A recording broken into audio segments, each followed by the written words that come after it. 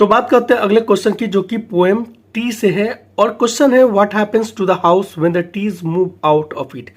तब घर के साथ क्या गुजरता है, घर के साथ क्या होता है जब पेड़ जो है ना वो कहाँ चले जाते हैं, घर से बाहर निकल जाते हैं। ठीक है, तो इसका आंसर है, देखिए बच्चा लोग, जब घर से पेड़ जो है ना कहाँ निकल जाता है ना, बाहर निकलता है। यानी कि इस पोएम में द टी में ये बात कही गई है कि जब पेड़ जो है ना वो घरों से बाहर निकलते हैं तो क्या क्या चेंजेस आता है घर में। सबसे पहला क्या होता है ना कि जो बॉडी पार्ट्स है, यानी पेड़ का बॉडी पार्ट्स क्या क्या है, पहला तो ट्विग और दूसरा उसका लीव्स।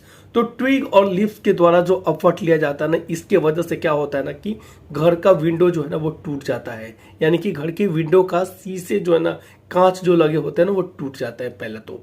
सेकेंड चीज कि उसके जड़ों के द्वारा जो एफर्ट लिया जाता है उससे क्या होता है ना, वरांडा में, यानी कि वरांडा में क्या हो जाता है ना, बिल्कुल एक तरह से ना क्रैक डेवलप हो जाता है।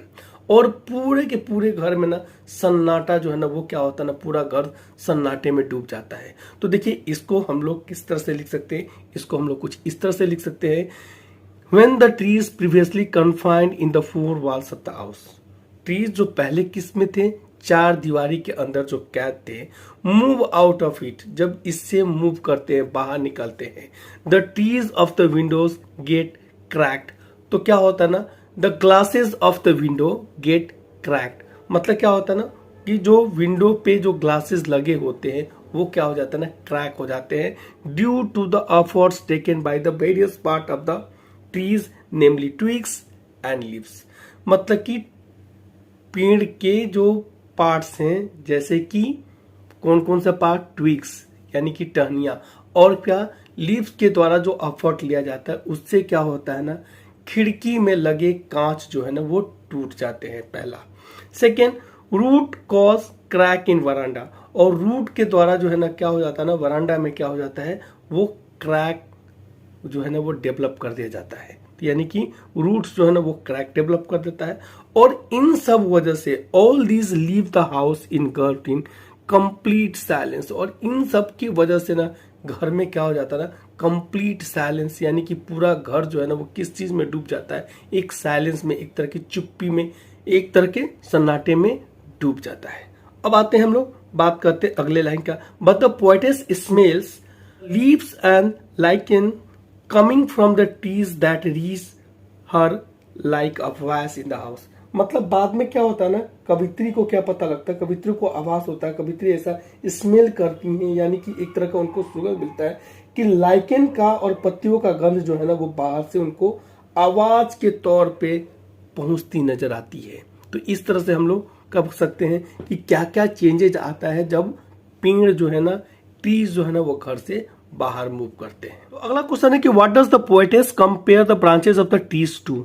देखिए बच्चा लोग क्या है कि ये क्वेश्चन कुछ इस तरह से है कि पोएटेस यानी कि कवित्री जो है ना, ब्रांचेस, ट्री के ब्रांचेस को किस चीज से कंपेयर किए हैं। तो इसका आंसर है बिल्कुल ये बात जो है ना सेकंड स्टेंजा में कही गई है पोएम के, और इसका आंसर है कि ट्री के ब्रांचेस को ना न्यूली डिस्चार्ज पेशेंट से की गई है। यानी कि नए नए वैसे पेशेंट जो हाल में ही क्या हुआ हो, डिस्चार्ज हुए हो, किस चीज से, हॉस्पिटल से या फिर किसी क्लिनिक से, ठीक है, या फिर किसी बोल सकते हैं किसी हेल्थ सेंटर से। जैसा कि हम लोग जानते हैं कि कवित्री ने इसको, हम लोग अब देखिए कैसे इसको इलेबोरेट कर सकते हैं। इलेबोरेट इसको इस तरह से कर सकते हैं कि कवि ने पेड़ों की टहनियों और शाखाओं की तुलना, ठीक है, फिर से मैं बता दे रहा हूं, कवि ने पेड़ों की टहनियों और शाखाओं की तुलना हाल में ही डिस्चार्ज हुए मरीजों से की है। ठीक है, देखिए क्या है, जो कि तनाव में, यानी कि किसी कन्फाइनमेंट में रहते हैं, कन्फाइनमेंट में थे, और उस कन्फाइनमेंट में वो क्या थे ना, तनाव में रहते थे, और इसके वजह से क्या होता था ना, वो आधे अधूरे हालत में ही किल के दरवाजे से बाहर निकलने के लिए बिल्कुल बेताब हैं।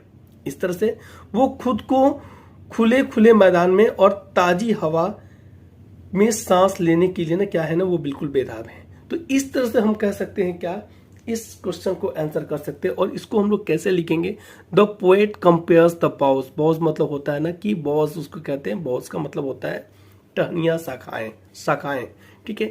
And branches of the trees to the newly discharge patient. उस तरह के पेशेंट से किया गया है जो कि नए नए अभी क्या हुआ ना, डिस्चार्ज हुए हैं, ठीक है ना, या फिर डिस्चार्ज हुए हैं, ठीक है। और उनका कंडीशन क्या होता है ना, उनका कंडीशन होता है यानी कि हाफ डेज्ड कंडीशन में, वो पूरे तरह से स्वस्थ नहीं, बिल्कुल उनको जो है ना एक तरह से कहें कि वो अर्ध चेतना के अवस्था में होते हैं, लेकिन फिर भी क्या चाहते हैं ना, क्लिनिक से बाहर जाना चाहते हैं। तो बिल्कुल उनका कंडीशन वैसे ही है, ठीक है।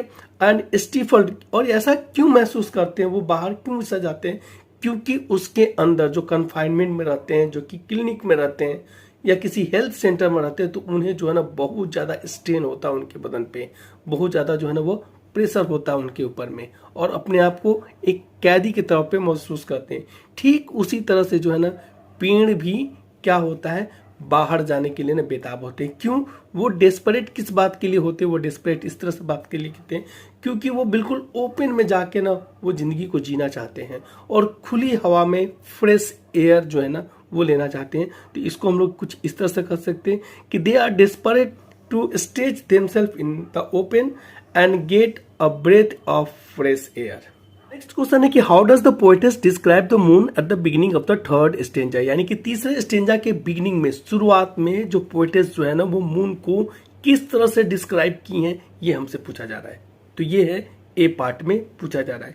बी पार्ट में पूछा जा रहा है कि एट इट्स एंड, यानी कि पोएम के अंत में किस चीज को, मून को कैसे डिस्क्राइब की हैं, and what causes this change, और ये चेंजेस क्यों आता है, कैसे आता है, ठीक है। तो ये हमसे पूछा जा रहा है और इसका आंसर है, आंसर हम लोग कुछ इस तरह से कर सकते हैं कि कवित्री ने जो तीसरा स्टेंजा ना उसमें खुले आकाश में चंद्रमा को चमकते दमकते रूप में वर्णित किया है। फिर से मैं बता दे रहा हूं कि खुले आसमान में बिल्कुल फ्रेश स्काई है, उसमें जो है ना चांद को यानी कि चंद्रमा को या फिर बोले मून को चमकते दमकते रूप में थर्ड स्टेंजा के बिगिनिंग में की हैं, उसका डिस्क्रिप्शन की हैं। तो इसको हम लोग कुछ इस तरह से लिखते हैं कि तो poetess of the poem describes the moon as beaming and shining in the open sky on a fresh night in the third stanza. अब देखिए तीसरे स्टेंजा में तो ये बात हो गई।